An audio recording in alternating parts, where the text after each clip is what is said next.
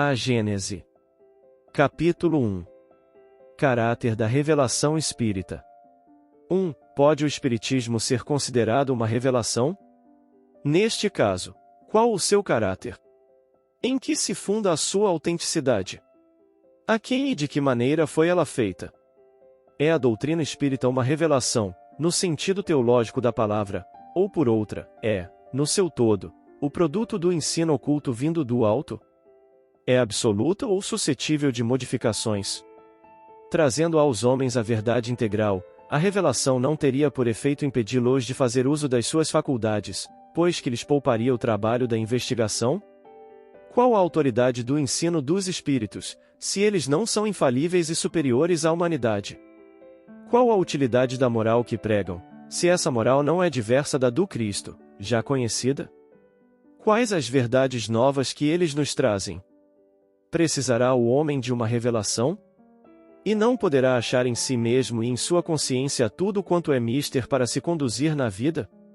Tais as questões que importa nos fixemos. 2. Definamos primeiro o sentido da palavra revelação. Revelar, do latim revelare, cuja raiz, vlum, véu, significa literalmente sair de sob o véu e, figuradamente, descobrir, dar a conhecer uma coisa secreta ou desconhecida. Em sua acepção vulgar mais genérica, essa palavra se emprega a respeito de qualquer coisa ignota que é divulgada, de qualquer ideia nova que nos põe ao corrente do que não sabíamos.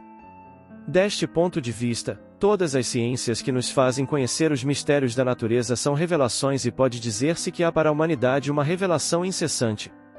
A astronomia revelou o mundo astral, que não conhecíamos, a geologia revelou a formação da Terra, a química, a lei das afinidades, a fisiologia, as funções do organismo etc. Copérnico, Galileu, Newton, Laplace, Lavoisier foram reveladores. 3. A característica essencial de qualquer revelação tem que ser a verdade. Revelar um segredo é tornar conhecido um fato, se é falso, já não é um fato e, por consequência, não existe revelação. Toda revelação desmentida por fatos deixa de o ser, se for atribuída a Deus. Não podendo Deus mentir, nem se enganar, ela não pode emanar dele, e deve ser considerada produto de uma concepção humana.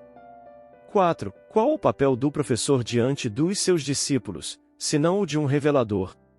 O professor lhes ensina o que eles não sabem, o que não teriam tempo, nem possibilidade de descobrir por si mesmos, porque a ciência é obra coletiva dos séculos e de uma multidão de homens que trazem, cada qual, o seu contingente de observações aproveitáveis àqueles que vêm depois. O ensino é, portanto, na realidade, a revelação de certas verdades científicas ou morais, físicas ou metafísicas, feitas por homens que as conhecem a outros que as ignoram e que, se assim não fora, as teriam ignorado sempre. 5. Mas o professor não ensina senão o que aprendeu, é um revelador de segunda ordem. O homem de gênio ensina o que descobriu por si mesmo, que é o revelador primitivo, traz a luz que pouco a pouco se vulgariza. Que seria da humanidade sem a revelação dos homens de gênio, que aparecem de tempos a tempos? Mas quem são esses homens de gênio? E por que são homens de gênio? Donde vieram? Que é feito deles? Notemos que na sua maioria traz, ao nascer, faculdades transcendentes e alguns conhecimentos inatos, que com pouco trabalho desenvolvem. Pertencem realmente à humanidade, pois nascem, vivem e morrem como nós. Onde, porém, adquiriram esses conhecimentos que não puderam aprender durante a vida? Dir-se-á, com os materialistas, que o acaso lhes deu a matéria cerebral em maior quantidade e de melhor qualidade. Neste caso, não teriam mais mérito que um legume maior e mais saboroso do que outro. Dir-se-á, como certos espiritualistas, que Deus lhes deu uma alma mais favorecida que a do comum dos homens. Suposição igualmente lógica, pois que taxaria a Deus de parcial. A única solução racional do problema está na preexistência da alma e na pluralidade das vidas. O homem de gênio é um espírito que tem vivido mais tempo, que, por conseguinte, adquiriu e progrediu mais do que aqueles que estão menos adiantado. Encarnando, traz o que sabe, como sabe muito mais do que os outros e não precisa aprender, é chamado homem de gênio. Mas seu saber é fruto de um trabalho anterior e não resultado de um privilégio. Antes de renascer, era ele, pois, espírito adiantado, reencarna para fazer que os outros aproveitem do que já sabe, ou para adquirir mais do que possui. Os homens progridem incontestavelmente por si mesmos e pelos esforços da sua inteligência, mas, entregues às próprias forças, só muito lentamente progrediriam, se não fossem auxiliados por outros mais adiantado, como o estudante o é pelos professores. Todos os povos tiveram homens de gênio, surgidos em diversas épocas, para dar-lhes impulso e tirá-los da inércia. 6. Desde que se admite a solicitude de Deus para com as suas criaturas, por que não se há de admitir que espíritos capazes, por sua energia e superioridade de conhecimento, de fazerem que a humanidade avance, encarnem pela vontade de Deus, com o fim de ativarem o progresso em determinado sentido? Por que não admitir que eles recebam missões, como o embaixador as recebe do seu soberano? Tal o papel dos grandes gênios. Que vêm eles fazer, se não ensinar aos homens verdades que estes ignoram e ainda ignorariam durante largos períodos, a fim de lhes dar um ponto de apoio mediante o qual possam elevar-se mais rapidamente? Esses gênios, que aparecem através dos séculos como estrelas brilhantes, deixando longo traço luminoso sobre a humanidade, são missionários ou, se o quiserem, messias. O que de novo ensinam aos homens, quer na ordem física, quer na filosófica, são revelações. Se Deus suscita reveladores para as verdades científicas, pode, com mais forte razão, suscitá-los para as verdades morais, que constituem elementos essenciais do progresso. Tais são os filósofos cujas ideias atravessam os séculos. 7. No sentido especial da fé religiosa, a revelação se diz mais particularmente das coisas espirituais que o homem não pode descobrir por meio da inteligência, nem com o auxílio dos sentidos, e esse conhecimento lhe dão Deus ou seus mensageiros, quer por meio da palavra direta, quer pela inspiração. Neste caso, a revelação é sempre feita a homens predispostos, designados sob o nome de profetas ou messias, isto é, enviados ou missionários, incumbidos de transmiti-la aos homens. Considerada debaixo deste ponto de vista, a revelação implica a passividade absoluta e é aceita sem verificação, sem exame, nem discussão. 8. Todas as religiões tiveram seus reveladores e estes, embora longe estivessem de conhecer toda a verdade, tinham uma razão de ser providencial, porque eram apropriados ao tempo e ao meio em que viviam, ao caráter particular dos povos a quem falavam e aos quais eram relativamente superiores. Apesar dos erros das suas doutrinas, não deixaram de agitar os espíritos, por isso mesmo, de semear os germens do progresso, que mais tarde haviam de desabrochar, ou desabrochariam um dia sob o sol do cristianismo. É, pois, injusto se lhes lance anátema em nome da ortodoxia, porque dia virá em que todas essas crenças, tão diversas na forma, mas que repousam realmente sobre um mesmo princípio fundamental, Deus e a imortalidade da alma, se fundirão numa grande e vasta unidade, logo que a razão triunfe dos preconceitos. Infelizmente, as religiões han sido sempre instrumentos de dominação, o papel de profeta atentado às ambições secundárias, e tem-se visto surgir uma multidão de pretensos reveladores ou messias, que, valendo-se do prestígio deste nome, têm explorado a credulidade em proveito do seu orgulho, da sua ganância, ou da sua indolência, achando mais cômodo viver à custa dos iludidos. A religião cristã não pôde evitar esses parasitas. A tal propósito, chamamos toda a atenção para o capítulo 21 de O Evangelho segundo o Espiritismo, e haverá falsos cristos e falsos profetas. 9. Haverá revelações diretas de Deus aos homens?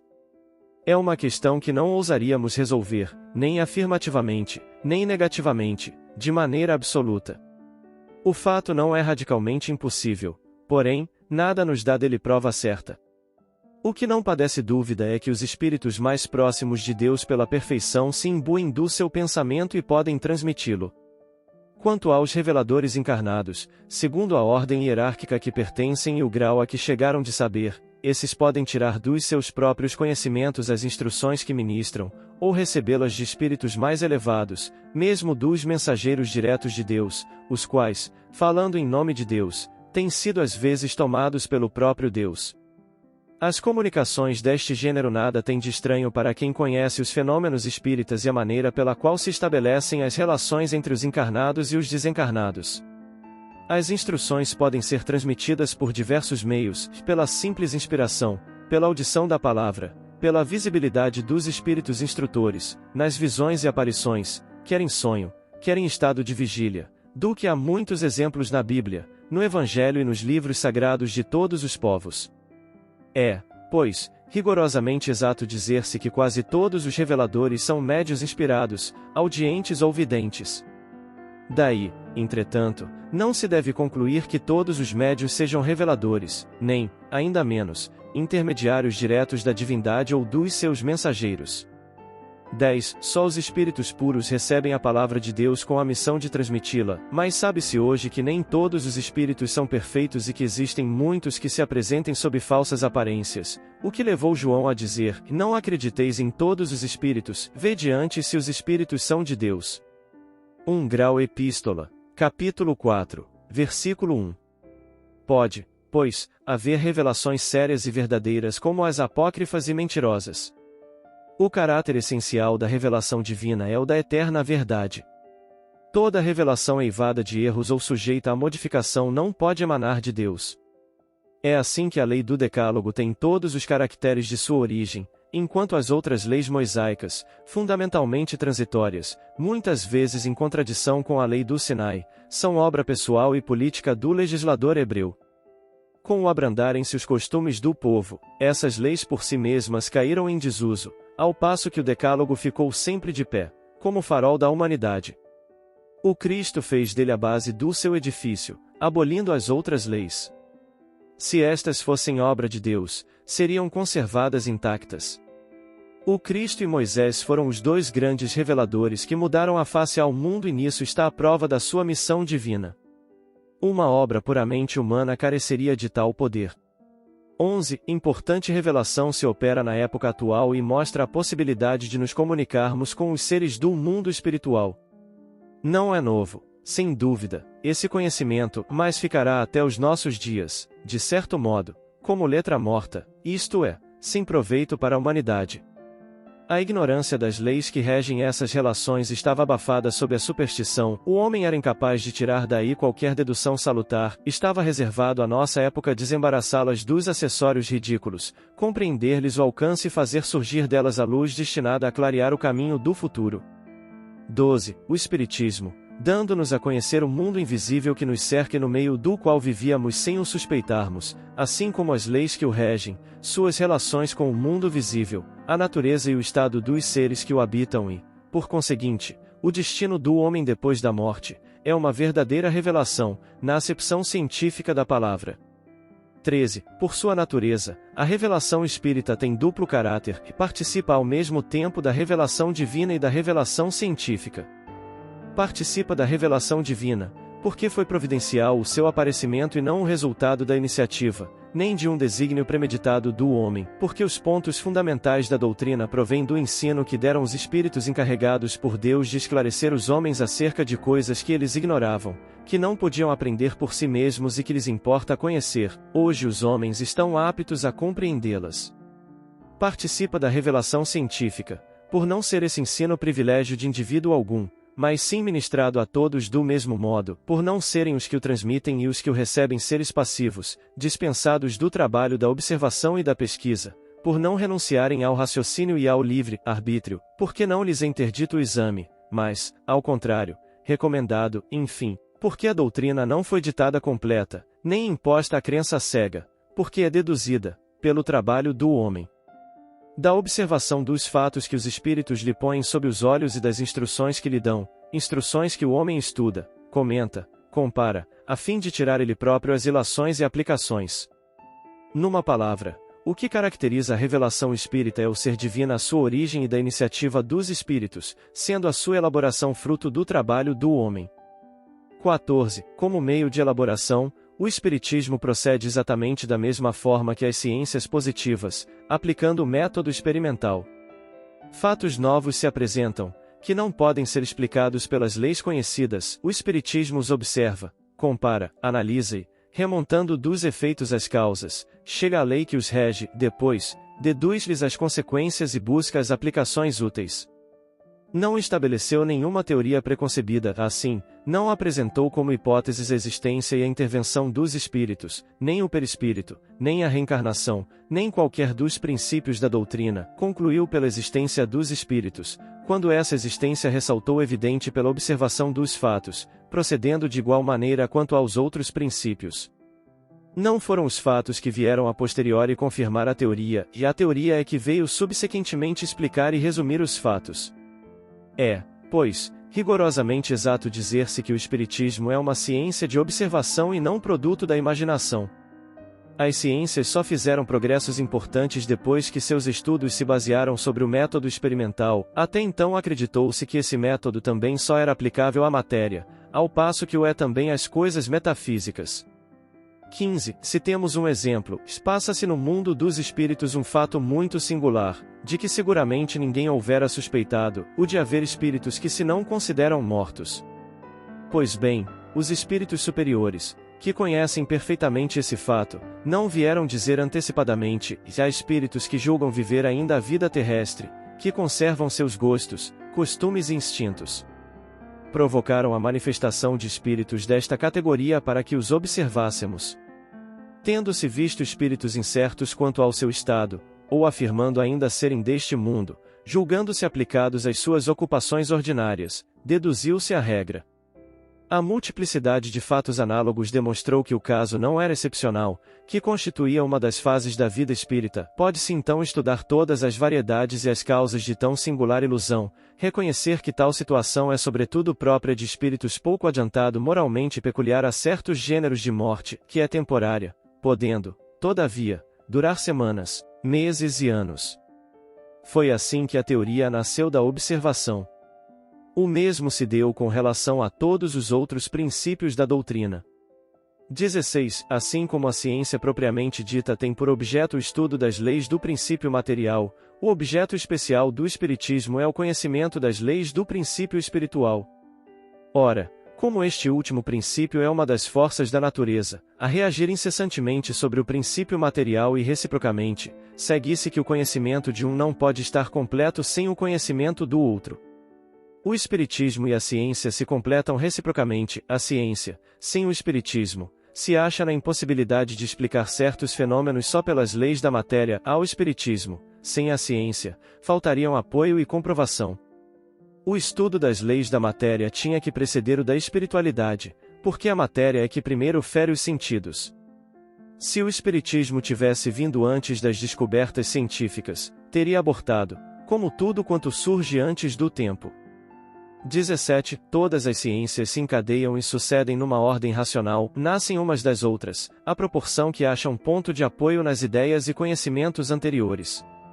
A astronomia, uma das primeiras cultivadas, conservou os erros da infância, até o momento em que a física veio revelar a lei das forças dos agentes naturais. A química, nada podendo sem a física, teve de acompanhá-la de perto, para depois marcharem ambas de acordo, amparando-se uma à outra. A anatomia, a fisiologia, a zoologia, a botânica, a mineralogia, só se tornaram ciências sérias com o auxílio das luzes que lhes trouxeram a física e a química.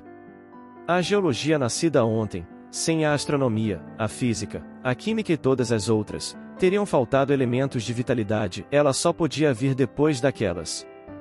18. A ciência moderna refutou os 4 elementos primitivos dos antigos, e de observação em observação, chegou à concepção de um só elemento gerador de todas as transformações da matéria, mas a matéria, por si só, é inerte, carecendo de vida, de pensamento, de sentimento, precisa estar unida ao princípio espiritual. O espiritismo não descobriu, nem inventou este princípio, mas foi o primeiro a demonstrá-lo por provas inconcussas, estudou-o, analisou e tornou-lhe evidente a ação.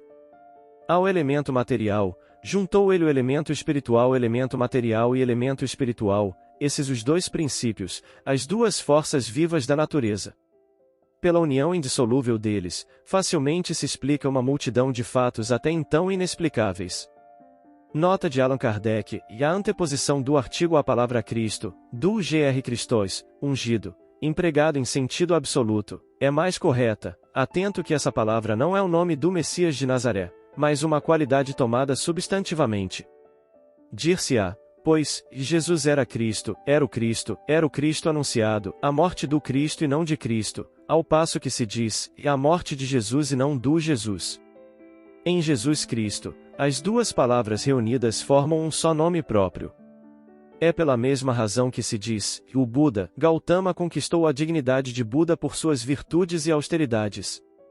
Disse, a vida do Buda. Do mesmo modo que, o exército do faraó e não de faraó, Henrique IV era rei, o título de rei, a morte do rei e não de rei.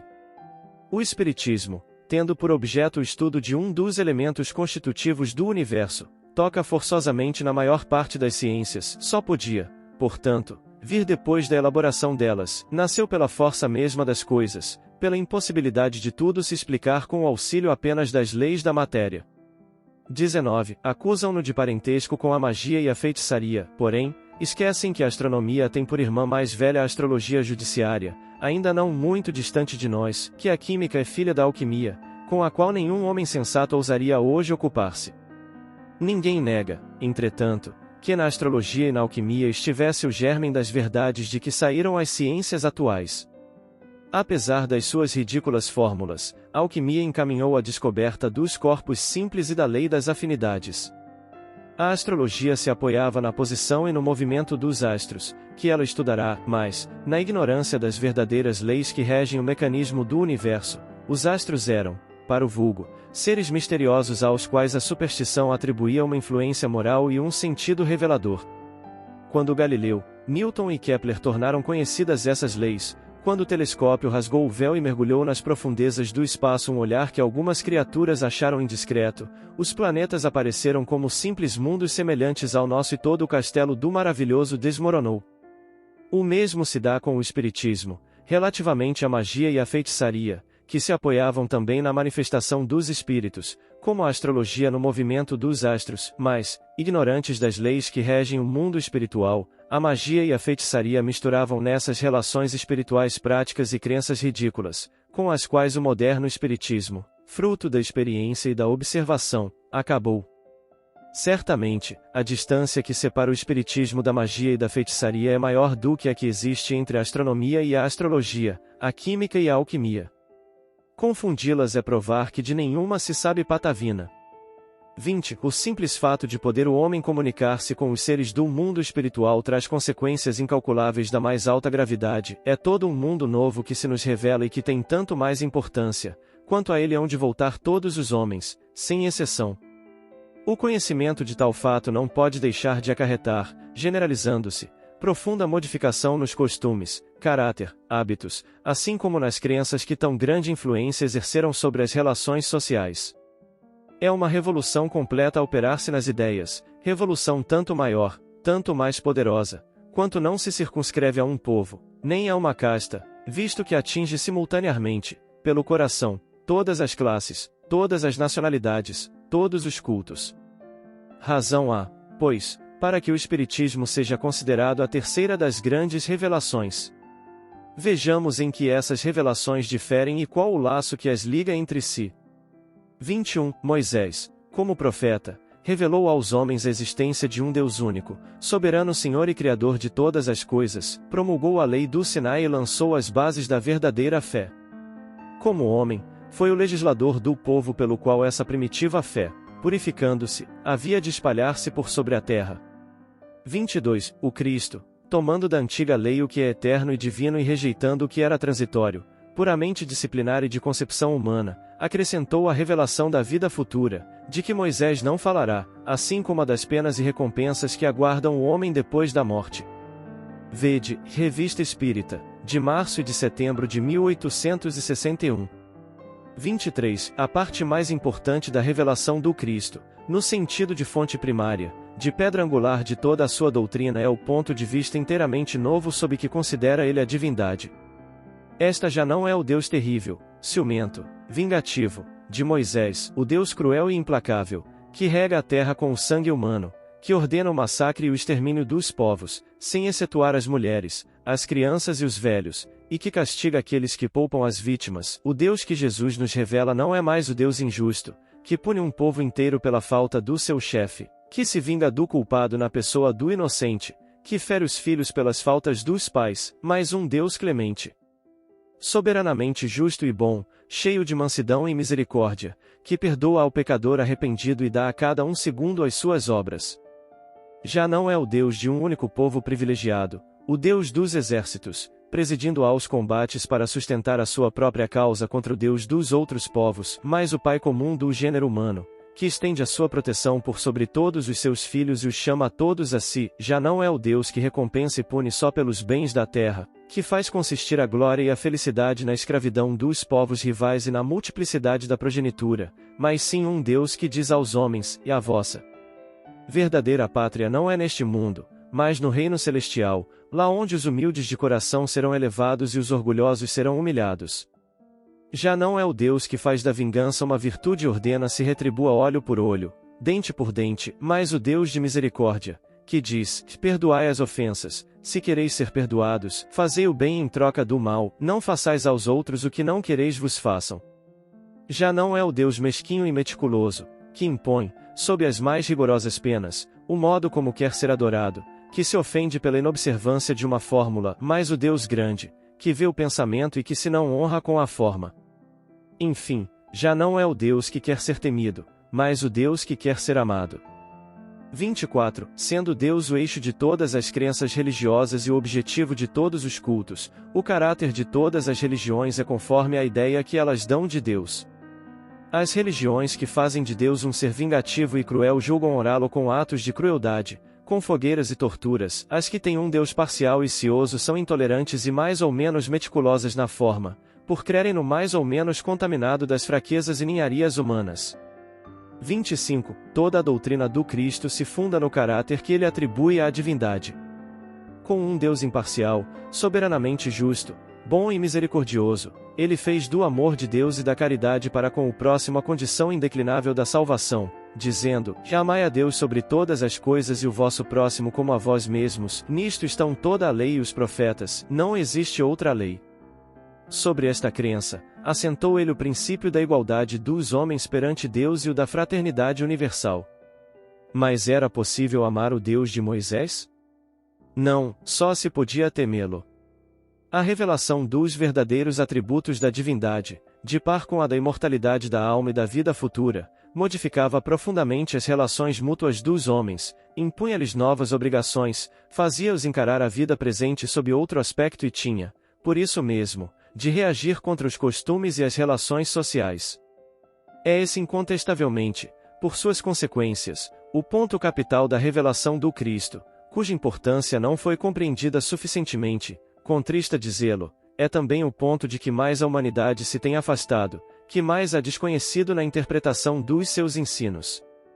26. Entretanto, o Cristo acrescenta: e muitas das coisas que vos digo ainda não as compreendeis e muitas outras teria a dizer, que não compreenderíeis, por isso é que vos falo por parábolas. Mais tarde, porém, enviar-vos-ei o Consolador, o Espírito de verdade, que restabelecerá todas as coisas e vô-las explicará todas.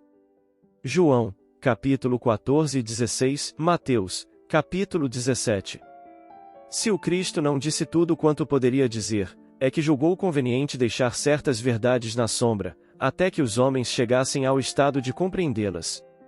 Como ele próprio confessou, seu ensino era incompleto, pois anunciava a vinda daquele que o completaria, previra, pois, que suas palavras não seriam bem interpretadas, e que os homens se desviariam do seu ensino, em suma, que desfariam o que ele fez, uma vez que todas as coisas hão de ser restabelecidas, e ora, só se restabelece aquilo que foi desfeito. 27. Por que chama ele ao novo Messias Consolador?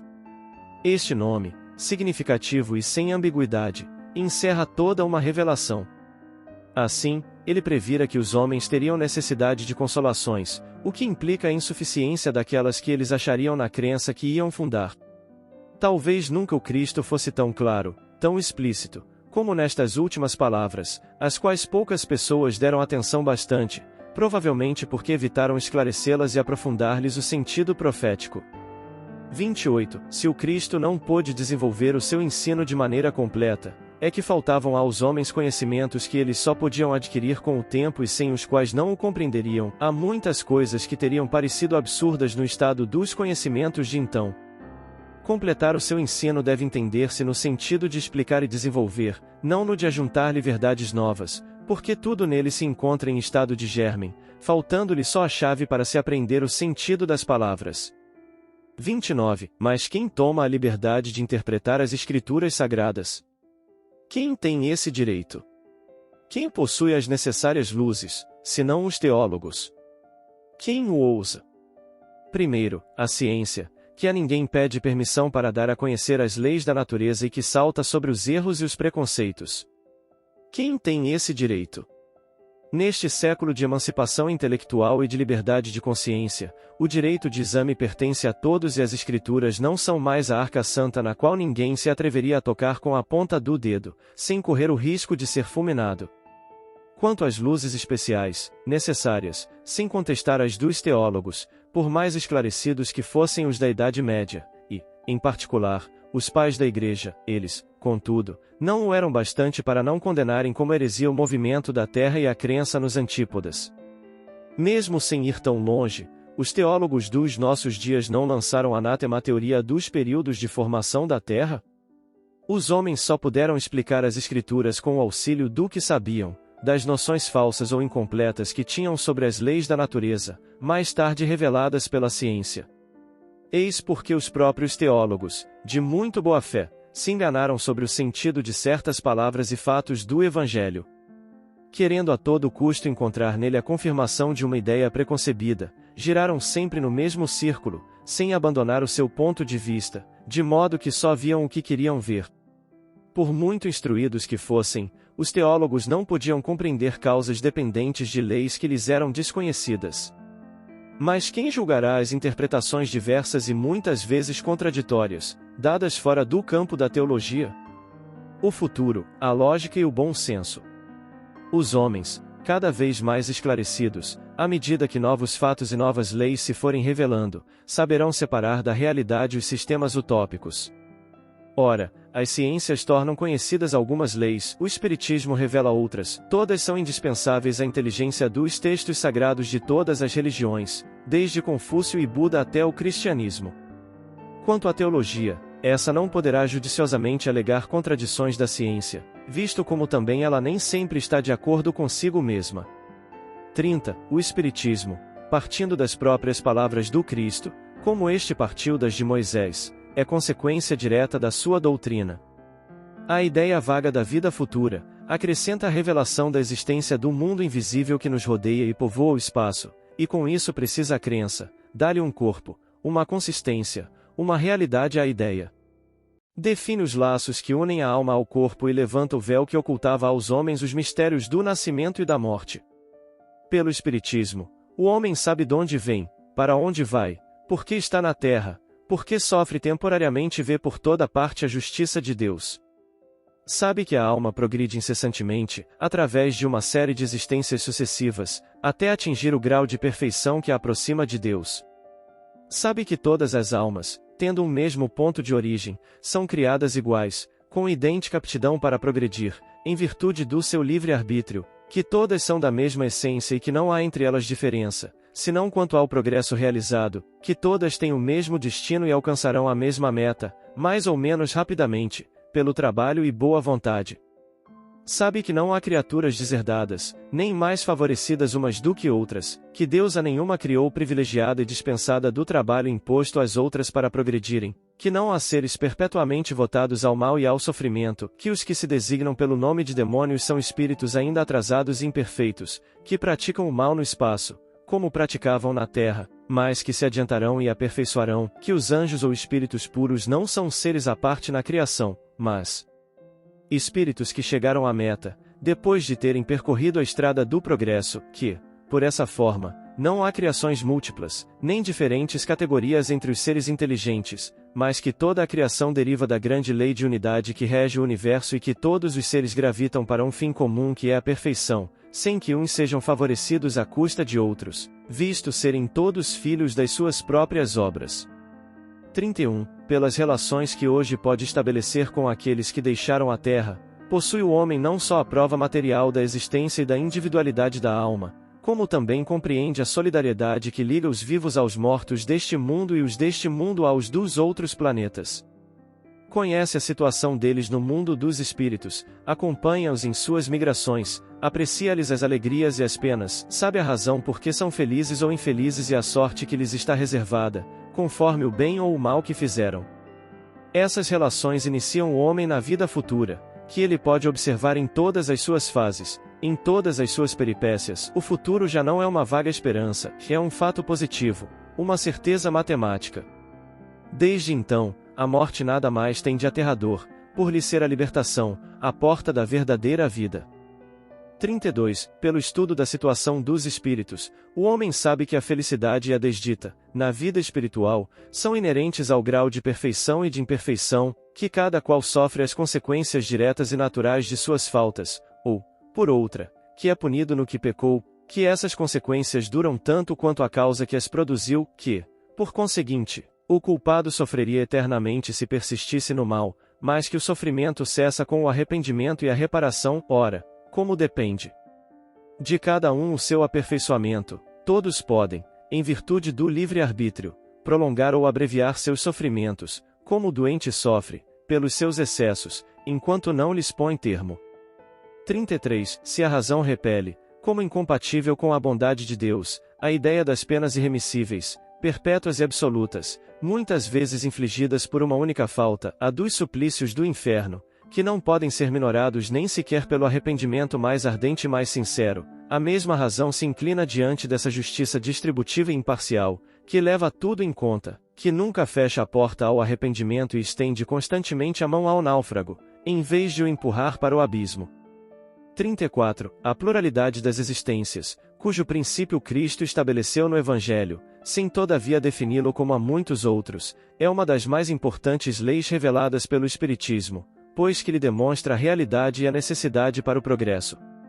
Com esta lei, o homem explica todas as aparentes anomalias da vida humana, as diferenças de posição social, as mortes prematuras que, sem a reencarnação, tornariam inúteis a almas existências breves, a desigualdade de aptidões intelectuais e morais, pela ancianidade do espírito que mais ou menos aprendeu e progrediu, e traz, nascendo, o que adquiriu em suas existências anteriores. Item 5. 35. Com a doutrina da criação da alma no instante do nascimento, vem-se a cair no sistema das criações privilegiadas, os homens são estranhos uns aos outros e nada os liga, os laços de família são puramente carnais, não são de nenhum modo solidários com um passado em que não existiam, com a doutrina do nada após a morte, todas as relações cessam com a vida, os seres humanos não são solidários no futuro.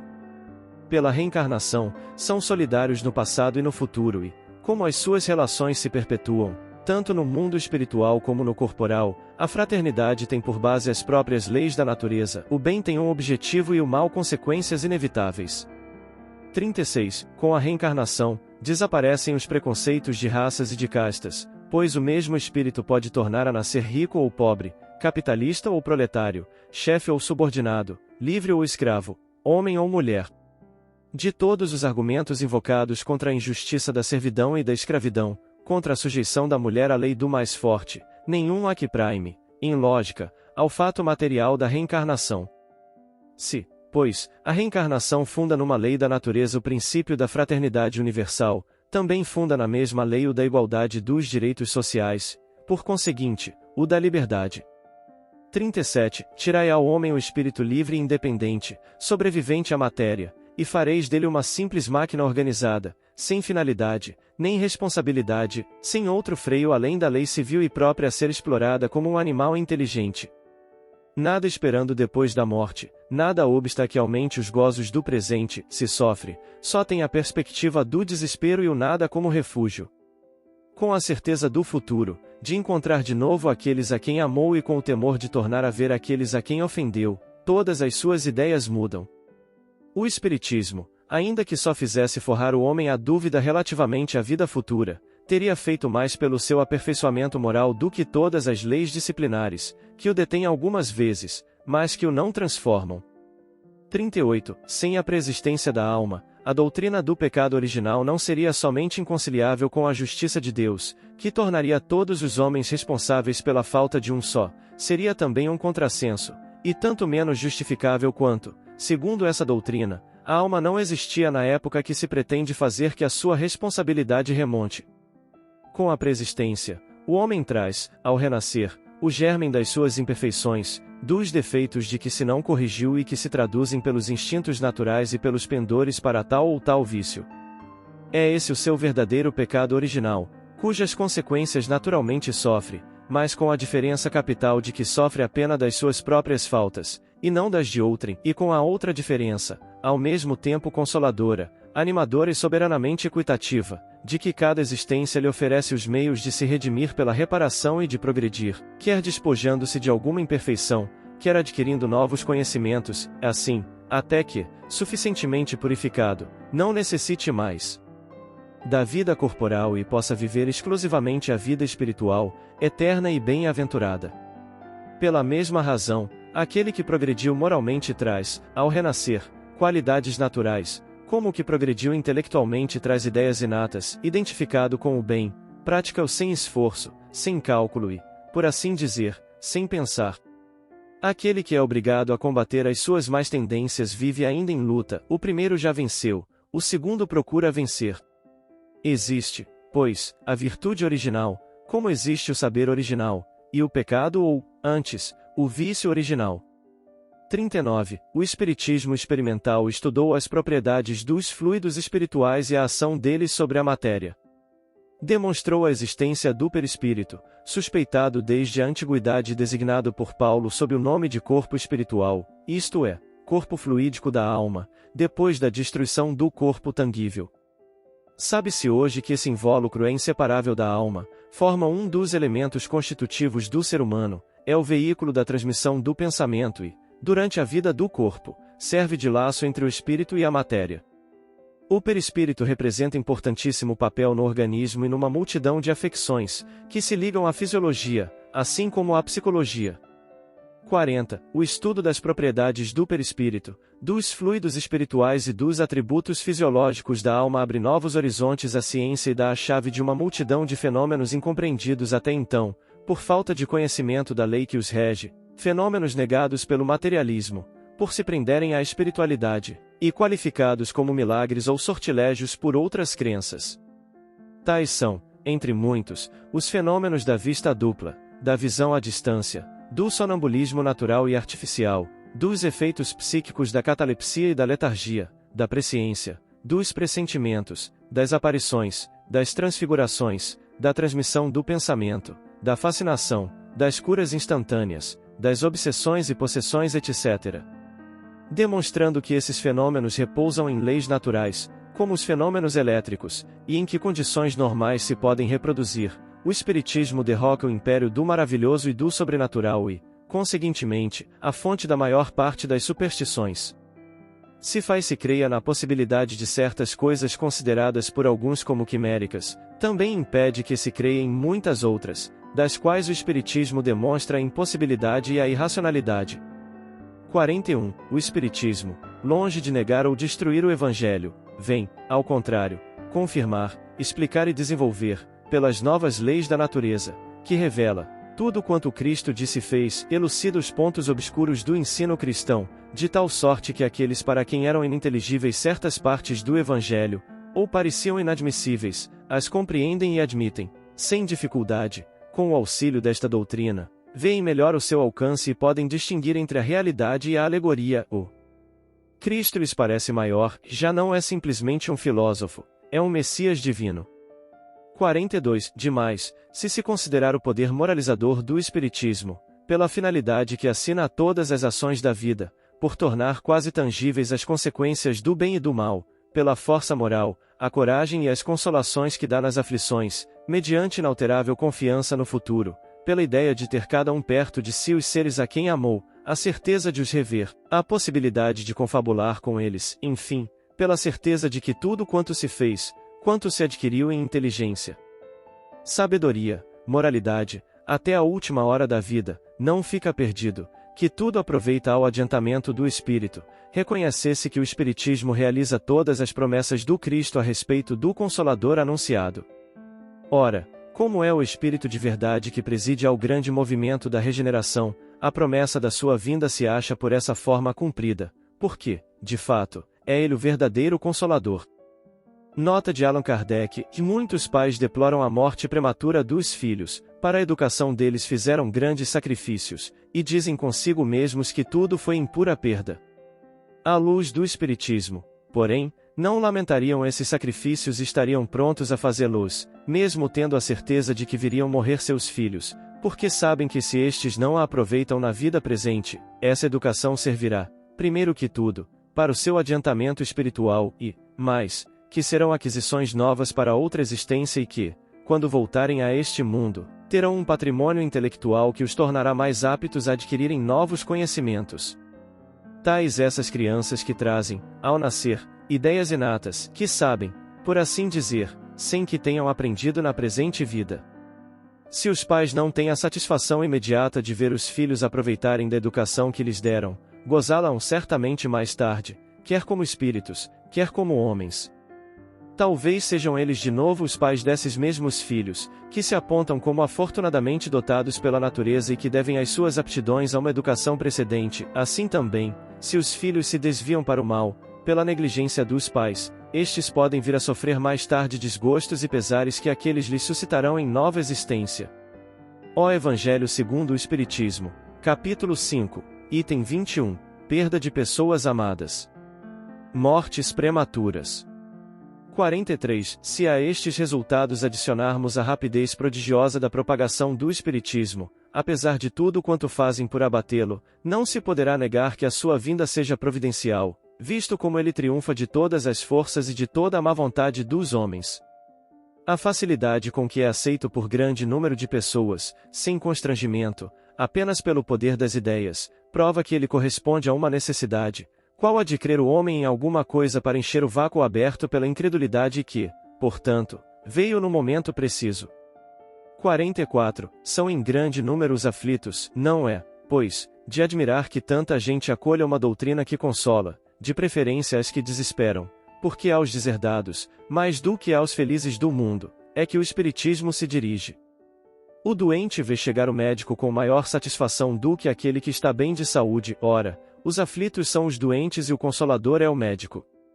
Vós que combateis o Espiritismo, se quereis que o abandonemos para vos seguir, dai-nos mais e melhor do que ele, curai com maior segurança as feridas da alma. Dai mais consolações, mais satisfações ao coração, esperanças mais legítimas, maiores certezas, fazei do futuro um quadro mais racional, mais sedutor, porém, não julgueis vencê-lo com a perspectiva do nada, com a alternativa das chamas do inferno, ou com a inútil contemplação perpétua. 45. A primeira revelação teve a sua personificação em Moisés, a segunda no Cristo, a terceira não a tem em indivíduo algum. As duas primeiras foram individuais, a terceira foi coletiva, aí está um caráter essencial de grande importância. Ela é coletiva no sentido de não ser feita ou dada como privilégio a pessoa alguma, ninguém, por consequência, pode inculcar-se como seu profeta exclusivo, foi espalhada simultaneamente, por sobre a terra, a milhões de pessoas, de todas as idades e condições, desde a mais baixa até a mais alta da escala, conforme esta predição registrada pelo autor dos Atos dos Apóstolos. Nos últimos tempos, disse o Senhor, derramarei o meu espírito sobre toda a carne, os vossos filhos e filhas profetizarão. Os mancebos terão visões, e os velhos, sonhos. Atos, capítulo 2, versículo 17 e 18. Ela não proveio de nenhum culto especial, a fim de servir um dia a todos de ponto de ligação. Nota de Allan Kardec, o nosso papel pessoal, no grande movimento de ideias que se prepara pelo Espiritismo e que começa a operar-se, é o de um observador atento, que estuda os fatos para lhes descobrir a causa e tirar-lhes as consequências. Confrontamos todos os que nos tem sido possível reunir, comparamos e comentamos as instruções dadas pelos Espíritos em todos os pontos do globo e depois coordenamos metodicamente o conjunto, em suma, estudamos e demos ao público fruto das nossas indagações, sem atribuirmos aos nossos trabalhos valor maior do que o de uma obra filosófica deduzida da observação e da experiência, sem nunca nos considerarmos chefe da doutrina, nem procurarmos impor as nossas ideias a quem quer que seja. Publicando-as, usamos de um direito comum e aqueles que as aceitaram o fizeram livremente. Se essas ideias acharam numerosas simpatias, é porque tiveram a vantagem de corresponder às aspirações de avultado número de criaturas, mas disso não colhemos vaidade alguma, dado que a sua origem não nos pertence. O nosso maior mérito é a perseverança e a dedicação à causa que abraçamos. Em tudo isso, fizemos o que outro qualquer poderia ter feito como nós, razão pela qual nunca tivemos a pretensão de nos julgarmos profeta ou Messias, nem, ainda menos, de nos apresentarmos como tal.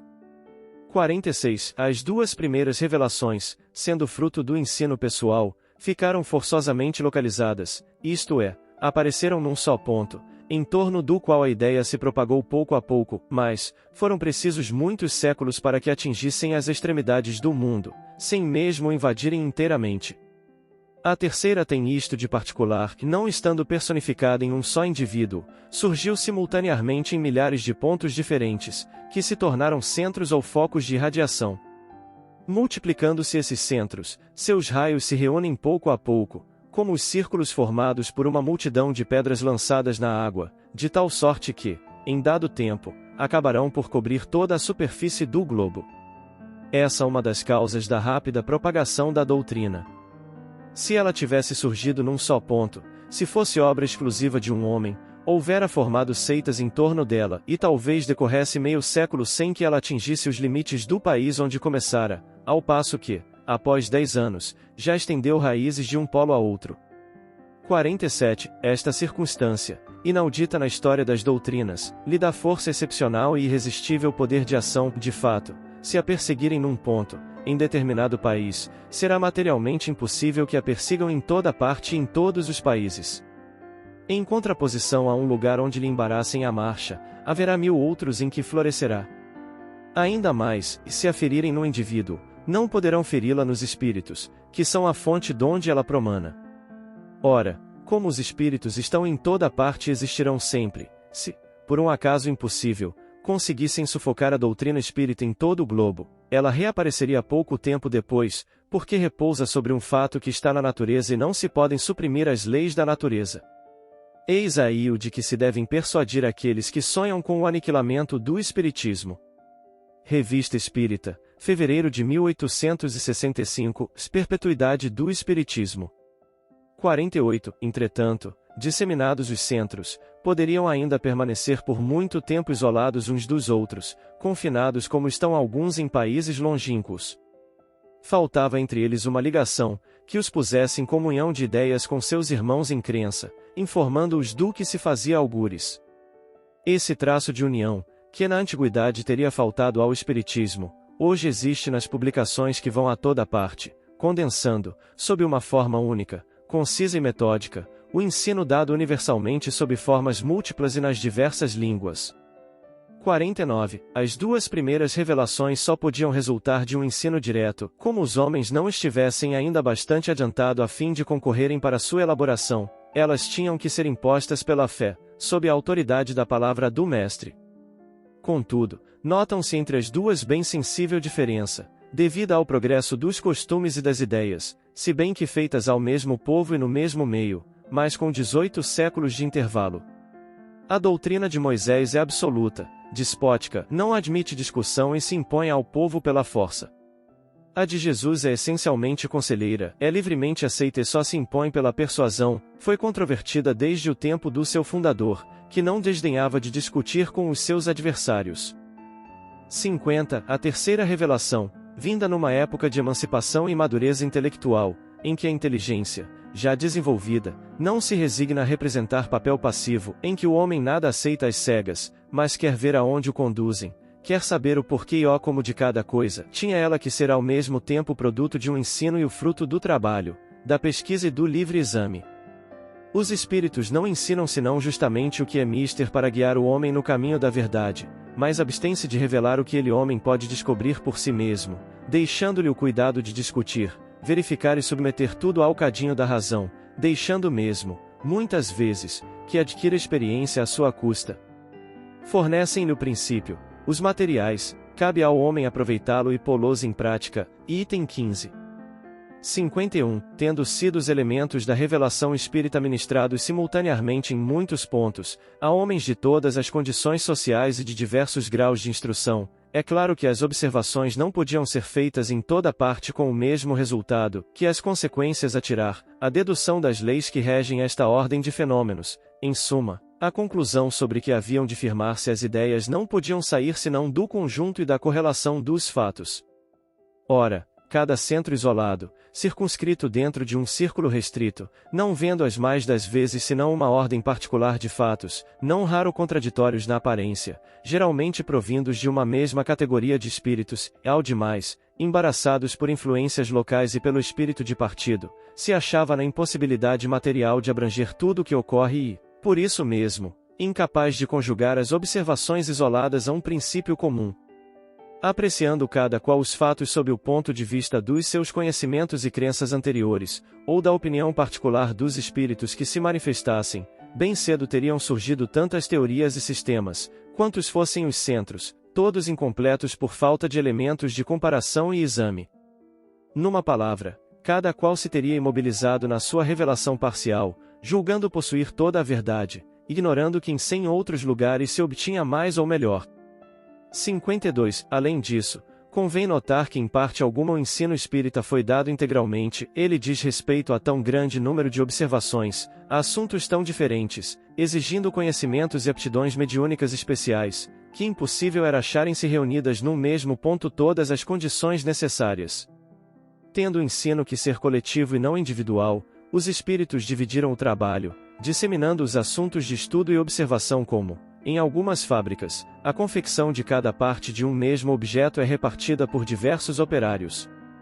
A revelação fez-se assim parcialmente em diversos lugares e por uma multidão de intermediários e é dessa maneira que ela prossegue ainda, pois que nem tudo foi revelado. Cada centro encontra nos outros centros o complemento do que obtém, e foi o conjunto, a coordenação de todos os ensinos parciais que constituíram a doutrina espírita. Era, pois, necessário grupar os fatos espalhados, para se lhes aprender a correlação, reunir os documentos diversos, as instruções dadas pelos espíritos sobre todos os pontos e sobre todos os assuntos, para as comparar, analisar, estudar-lhes as analogias e as diferenças. Vindo as comunicações de espíritos de todas as ordens, mais ou menos esclarecidos, era preciso apreciar o grau de confiança que a razão permitia conceder-lhes, distinguir as ideias sistemáticas individuais ou isoladas das que tinham a sanção do ensino geral dos espíritos, as utopias, das ideias práticas, afastar as que eram notoriamente desmentidas pelos dados da ciência positiva e da lógica, utilizar igualmente os erros, as informações fornecidas pelos espíritos, mesmo os da mais baixa categoria, para conhecimento do estado do mundo invisível e formar com isso um todo homogêneo.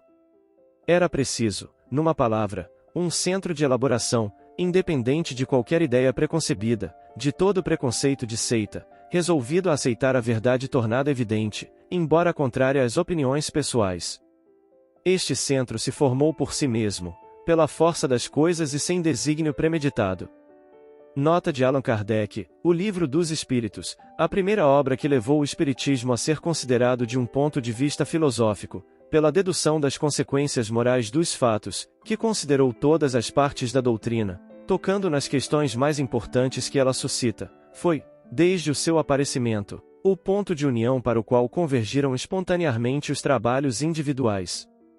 É notório que da publicação desse livro data a era do espiritismo filosófico, que até então era conservado no domínio das experiências curiosas. Se esse livro conquistou as simpatias da maioria é que exprimia os sentimentos dela, correspondia às suas aspirações e encerrava também a confirmação e a explicação racional do que cada um obtinha em particular. Se ele estivesse em desacordo com o ensino geral dos espíritos, teria caído no descrédito e no esquecimento. Ora, qual foi aquele ponto de convergência? De certo não foi o homem, que nada vale por si mesmo, que morre e desaparece, mas, a ideia, que não fenece quando emanada de uma fonte superior ao homem. Essa espontânea concentração de forças dispersas deu lugar a uma amplíssima correspondência, monumento único no mundo, quadro vivo da verdadeira história do espiritismo moderno, em que se refletem ao mesmo tempo os trabalhos parciais, os sentimentos múltiplos nascidos da doutrina, dos resultados morais, das dedicações, dos desfalecimentos, arquivos preciosos para a posteridade, que poderá julgar os homens e as coisas por meio de documentos autênticos. Em presença desses testemunhos irrecusáveis, a que se reduzirão, com o tempo, todas as falsas alegações, as difamações da inveja e do ciúme? 53. De todas essas coisas, originou-se dupla corrente de ideias, e umas, dirigindo-se das extremidades para o centro, as outras, encaminhando-se do centro para a circunferência. Desse modo, a doutrina caminhou rapidamente para a unidade, malgrado a diversidade das fontes donde promanou, os sistemas divergentes ruíram pouco a pouco, devido ao isolamento em que ficaram, diante da ascensão da opinião da maioria, na qual não encontraram repercussão simpática. Desde então, uma comunhão de ideias se estabeleceu entre os diversos centros parciais. Falando a mesma linguagem espiritual, eles se entendem e estimam, de um extremo a outro do mundo. Sentiram-se assim mais fortes os espíritas, lutaram com mais coragem, caminharam com passo mais firme, desde que não mais se viram isolados, desde que perceberam um ponto de apoio, um laço a prendê-los à grande família. Não mais lhes pareceram singulares, anormais, nem contraditórios os fenômenos que presenciavam, desde que puderam conjugá-los a leis gerais de harmonia, perceber num piscar de olhos toda a obra e descobrir um fim grandioso e humanitário em todo o conjunto. Nota de Allan Kardec, significativo testemunho, tão notável quão tocante, dessa comunhão de ideias que se estabeleceu entre os espíritas, pela conformidade de suas crenças, são os pedidos de preces que nos chegam dos mais distantes países, desde o Peru até as extremidades da Ásia, feitos por pessoas de religiões e nacionalidades diversas e as quais nunca vimos. Não é isso um prelúdio da grande unificação que se prepara? Não é a prova de que por toda parte o Espiritismo lança raízes fortes? Digno de nota é que, de todos os grupos que se têm formado com a intenção premeditada de cindir, proclamando princípios divergentes, e de tantos outros que, apoiando-se em razões de amor próprio ou de outras quaisquer, para não parecer que se submetem à lei comum, e por considerarem-se fortes o bastante para caminhar sozinhos, julgando-se possuidores de luzes suficientes para prescindirem de conselhos, nenhum chegou a constituir uma ideia que fosse preponderante e viável. Todos se extinguiram e ou vegetaram na sombra. Nem de outro modo poderia ser, dado que, para se exalçarem, em vez de se esforçarem por proporcionar maior soma de satisfações, esses grupos discordantes rejeitavam princípios da doutrina, precisamente os mais atraentes a nela, o que de mais consolador, de encorajador e de mais racional ela contém. Se tivessem compreendido a força dos elementos morais que lhe constituíram a unidade, não se teriam embalado com ilusões quiméricas. Ao contrário, tomando como se fosse o universo o pequeno círculo que constituíam, não viram nos seus novos adeptos mais do que uma camarilha facilmente derrubável por outra contrária. Era equivocar-se de modo singular no tocante aos caracteres essenciais da doutrina espírita, e semelhante erro só decepções podia acarretar. Em lugar de romperem a unidade, quebraram o único laço que lhes podia dar força e vida. Veja-se, Revista Espírita, abril de 1866, o Espiritismo sem os Espíritos, o Espiritismo independente. Mas como se há de saber se um princípio é ensinado por toda parte, ou se apenas exprime uma opinião pessoal? Não estando os grupos isolados em condições de saber o que se dizia a lures, necessário se fazia que um centro reunisse todas as instruções, para proceder a uma espécie de apuro das vozes e transmitir a todos a opinião da maioria. Nota de Allan Kardec, que esse é o objeto das nossas publicações, que se podem considerar o resultado de um trabalho de despojamento e renúncia. Nelas, todas as opiniões são discutidas, mas as questões não são apresentadas em forma de princípios, somente depois de haverem recebido a consagração de todas as comprovações, as quais lhes podem imprimir força de lei e permitir afirmações. Eis porque não preconizamos levianamente nenhuma teoria e é nisso exatamente que a doutrina, decorrendo do ensino geral, não representa de modo algum o produto de um sistema preconcebido. É isso que constitui a sua força e lhe garante o futuro.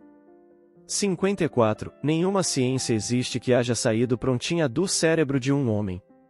Todas, sem exceção, são fruto de observações sucessivas, apoiadas em observações precedentes, como sobre um ponto conhecido para chegar ao desconhecido.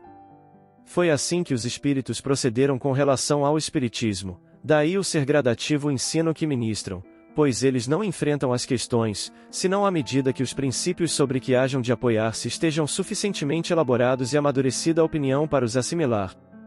É mesmo de notar-se que, de todas as vezes que os centros particulares têm querido tratar de questões prematuras, não obtiveram mais do que respostas contraditórias, nada concludentes.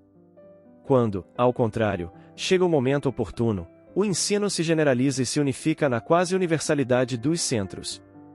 Há, todavia, capital diferença entre a marcha do espiritismo e a das ciências, a de que estas não atingiram o ponto que alcançaram, senão após longos intervalos, ao passo que alguns anos bastaram ao espiritismo, quando não a galgar o ponto culminante, pelo menos a recolher uma soma de observações bem grande para formar uma doutrina. Decorre esse fato de ser inumerável a multidão de espíritos que, por vontade de Deus, se manifestaram simultaneamente, trazendo cada um o contingente de seus conhecimentos. Resultou daí que todas as partes da doutrina, em vez de serem elaboradas sucessivamente durante vários séculos, o foram quase ao mesmo tempo, em alguns anos apenas, e que bastou reuni-las para que estruturassem um todo. Quis Deus fosse assim, primeiro, para que o edifício mais rapidamente chegasse à conclusão, em seguida, para que se pudesse, por meio da comparação, conseguir uma verificação, a bem dizer imediata e permanente, da universalidade do ensino, pois nenhuma de suas partes tem valor, nem autoridade, a não ser pela sua conexão com o conjunto, devendo todas harmonizar-se, achando cada um o devido lugar e vindo cada um na hora oportuna.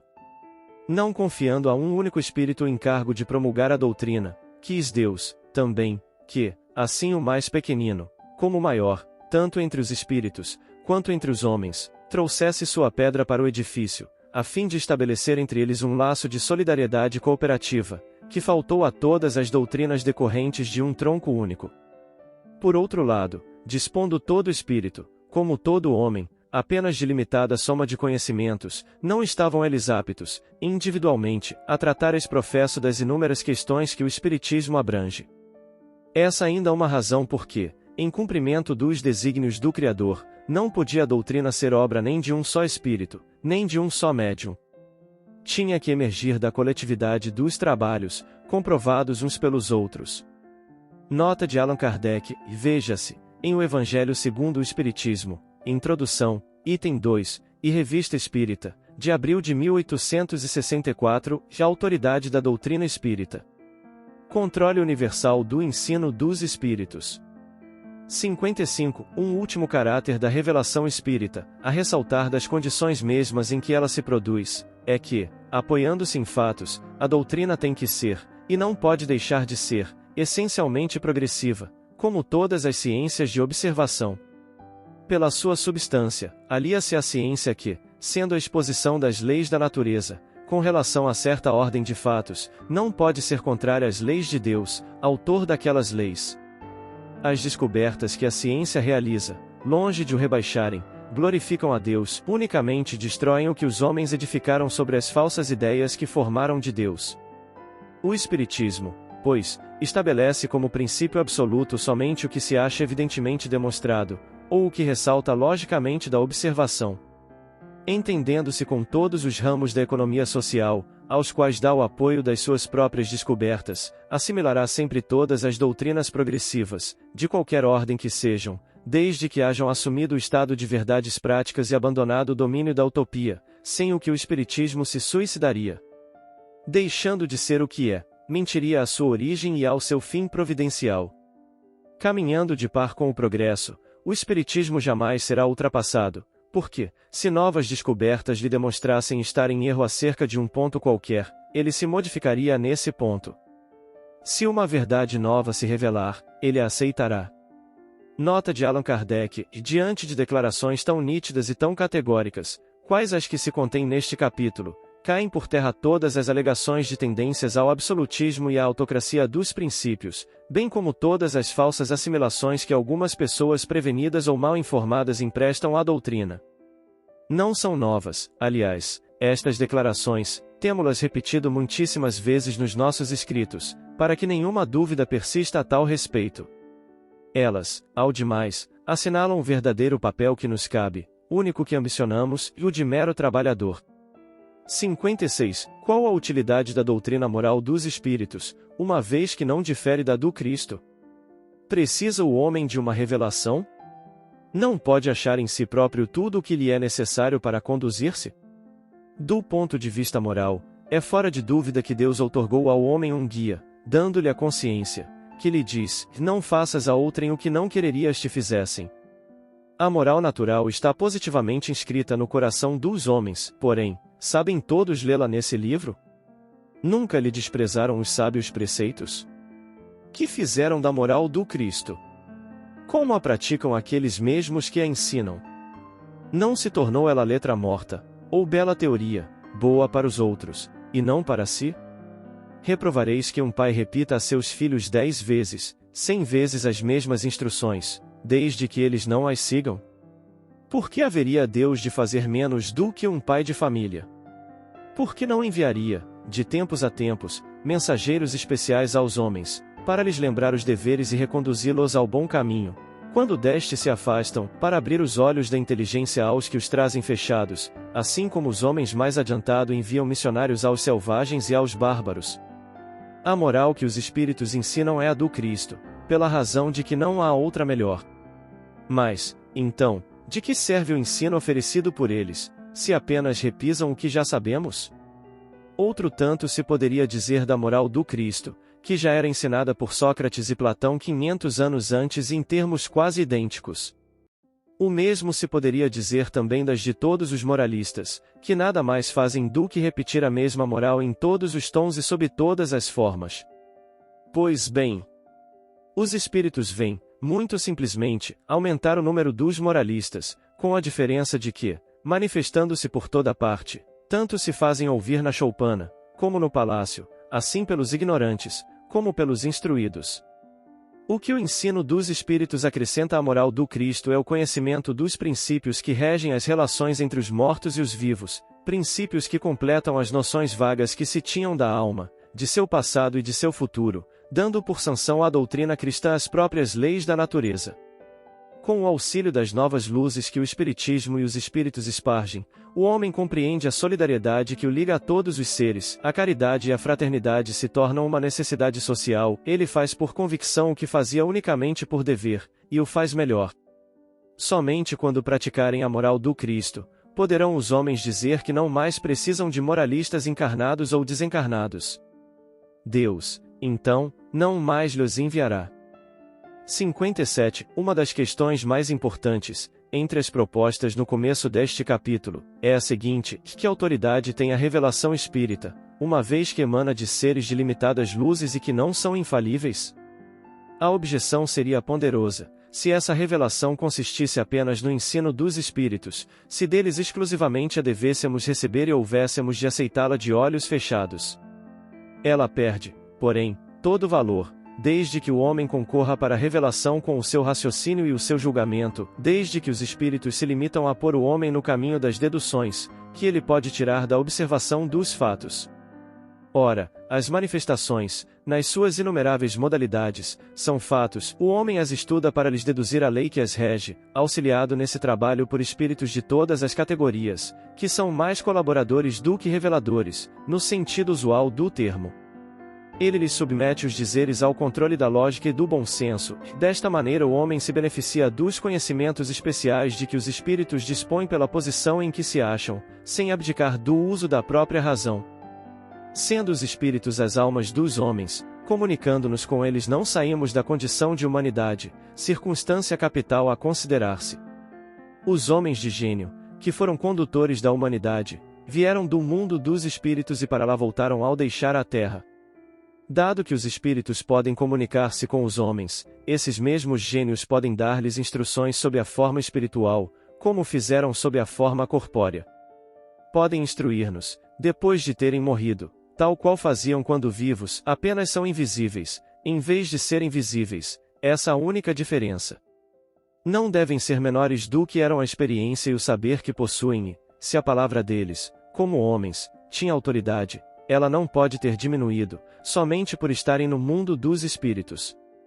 58. Mas nem só os espíritos superiores se manifestam, fazem-no igualmente os de todas as categorias e preciso era que assim acontecesse, para nos iniciarmos no que respeita ao verdadeiro caráter do mundo espiritual, apresentando-se-nos este por todas as suas faces.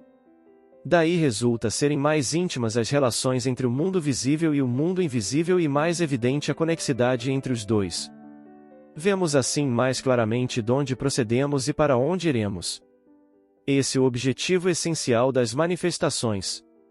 Todos os espíritos, pois, qualquer que seja o grau de elevação em que se encontrem, alguma coisa nos ensinam, cabe-nos, porém, a nós, visto que eles são mais ou menos esclarecidos, discernir o que há de bom ou de mal no que nos digam e tirar, do ensino que nos deem, o proveito possível. Ora, todos, quaisquer que sejam, nos podem ensinar ou revelar coisas que ignoramos e que sem eles nunca saberíamos. 59. Os grandes espíritos encarnados são, sem contradita, individualidades poderosas, mas de ação restrita e lenta a propagação de seus ensinamentos. Viesse um só dentre eles, embora fosse Elias ou Moisés, Sócrates ou Platão, revelar, nos tempos modernos, aos homens, as condições do mundo espiritual, quem provaria a veracidade das suas asserções, nesta época de ceticismo? Não o tomariam por sonhador ou utopista. Mesmo que fosse verdade absoluta o que dissesse, séculos se escoariam antes que as massas humanas lhe aceitassem as ideias.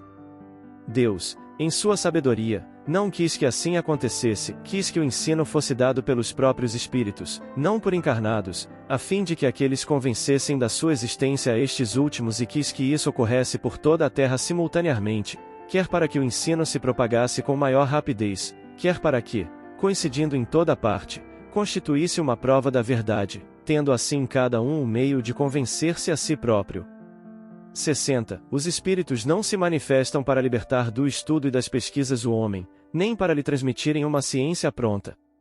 Com relação ao que o homem pode achar por si mesmo, eles o deixam entregue às suas próprias forças. Isso sabem-no hoje perfeitamente os espíritas. De há muito, a experiência ha demonstrado ser errôneo atribuir-se aos espíritos todo o saber e toda a sabedoria, e que bastaria dirigir-se ao primeiro espírito que se apresente para conhecer todas as coisas. Saídos da humanidade, os espíritos constituem uma de suas faces. Assim como na terra, entre eles aos superiores e os vulgares, muitos deles, pois, científica e filosoficamente, sabem menos do que certos homens, eles dizem o que sabem, nem mais, nem menos.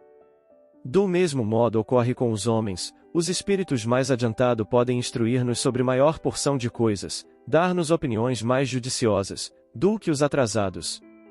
Pedir o homem conselhos aos espíritos não é entrar em entendimento com potências sobrenaturais, é tratar com seus iguais, com aqueles mesmos a quem ele se dirigiria neste mundo físico, a seus parentes, seus amigos, ou a indivíduos mais esclarecidos do que ele. Disto é que importa se convençam todos e é o que ignoram os que, não tendo estudado o espiritismo, fazem ideia completamente falsa da natureza do mundo dos espíritos e das relações com o além-túmulo. 61. Qual, então, a utilidade dessas manifestações, ou, se o preferirem, dessa revelação, uma vez que os espíritos não sabem mais do que nós, ou não nos dizem tudo o que sabem? Primeiramente, como já o declaramos, eles se abstêm de nos dar o que podemos adquirir pelo trabalho. Em segundo lugar, há coisas cuja revelação não lhes é permitida, porque o grau do nosso adiantamento não as comporta. Afora isto, as condições da nova existência em que se acham lhes dilatam o círculo das percepções, os espíritos veem o que não viam quando estavam na terra, libertos dos entraves da matéria e dos cuidados da vida corpórea, julgam as coisas de um ponto de vista mais elevado e, portanto, mais são, a sua perspicácia abrange mais vasto horizonte, compreendem seus erros, retificam suas ideias e se desembaraçam dos prejuízos humanos. É nisto que consiste a superioridade dos espíritos com relação à humanidade corpórea e daí vem a possibilidade de serem seus conselhos, segundo o grau de adiantamento que alcançaram, mais judiciosos e desinteressados do que os dos encarnados. O meio em que se encontram lhes permite, ademais, iniciar-nos nas coisas, que ignoramos, relativas à vida futura e que não podemos aprender no meio em que estamos. Até o presente, o homem apenas formular hipóteses sobre o seu porvir, tal a razão por que suas crenças a esse respeito se fracionaram em tão numerosos e divergentes sistemas, desde o niilismo até as concepções fantásticas do inferno e do paraíso. Hoje, são as testemunhas oculares, os próprios atores da vida de além-túmulo que nos vêm dizer o que é essa vida, o que só eles o podiam fazer. Suas manifestações, conseguintemente, serviram para dar-nos a conhecer o mundo invisível que nos rodeia e do qual nem suspeitávamos, e só esse conhecimento seria de capital importância, supondo que nada mais pudessem os espíritos ensinar-nos. Se fordes a um país que ainda não conheçais, recusareis as informações que vos deu o mais humilde Campônio que encontrardes? Deixareis de interrogá-lo sobre o estado dos caminhos simplesmente por ser ele um camponês? Certamente não esperareis obter, por seu intermédio, esclarecimentos de grande alcance, mas, de acordo com o que ele é na sua esfera, poderá, sobre alguns pontos, informar-vos melhor do que um sábio que não conheça o país. Tirareis das suas indicações deduções que ele próprio não tiraria, sem que por isso deixe de ser um instrumento útil às vossas observações, embora apenas servisse para vos informar acerca dos costumes dos camponeses. Outro tanto se dá no que concerne às nossas relações com os espíritos, entre os quais o menos qualificado pode servir para nos ensinar alguma coisa. 62. Uma comparação vulgar tornará ainda melhor compreensível a situação. Parte para destino longínquo um navio carregado de emigrantes. Leva homens de todas as condições, parentes e amigos dos que ficam. Vem-se a saber que esse navio naufragou. Nenhum vestígio resta dele, nenhuma notícia chega sobre a sua sorte. Acredita-se que todos os passageiros pereceram e o luto penetra em todas as suas famílias. Entretanto, a equipagem inteira, sem faltar um único homem, foi ter a uma ilha desconhecida, abundante e fértil, onde todos passam a viver ditosos, sob um céu clemente. Ninguém, todavia, sabe disso. Ora, um belo dia, outro navio aporta a essa terra e lá encontra sãos e salvos os náufragos. A feliz nova se espalha com a rapidez do relâmpago. Exclamam todos: não estão perdidos os nossos amigos! E rendem graças a Deus. Não podem ver-se uns aos outros, mas correspondem-se, permutam demonstrações de afeto e assim a alegria substitui a tristeza. Tal a imagem da vida terrena e da vida de além-túmulo, antes e depois da revelação moderna. A última, semelhante ao segundo navio, nos traz a boa nova da sobrevivência dos que nos são caros e a certeza de que a eles nos reuniremos um dia. Deixa de existir a dúvida sobre a sorte deles e a nossa. O desânimo se desfaz diante da esperança. Outros resultados fecundam essa revelação. Achando madura a humanidade para penetrar o mistério do seu destino e contemplar, a sangue frio, novas maravilhas, permitiu Deus fosse erguido o véu que ocultava o mundo invisível ao mundo visível. Nada tem de extra-humanas as manifestações, é a humanidade espiritual que vem conversar com a humanidade corporal e dizer-lhe: nós existimos, logo, o nada não existe, eis o que somos e o que sereis, o futuro vos pertence, como a nós. Caminhais nas trevas, vimos clarear-vos o caminho e traçar-vos o roteiro, andais ao acaso, vimos apontar-vos a meta. A vida terrena era, para vós, tudo, porque nada víeis além dela, vimos dizer-vos, mostrando a vida espiritual, e a vida terrestre nada é. A vossa visão se detinha no túmulo, nós vos desvendamos, para lá deste, um esplêndido horizonte. Não sabíeis por que sofreis na terra, agora, no sofrimento, vedes a justiça de Deus. O bem nenhum fruto aparente produzia para o futuro. Doravante, ele terá uma finalidade e constituirá uma necessidade, a fraternidade, que não passava de bela teoria, assenta agora numa lei da natureza.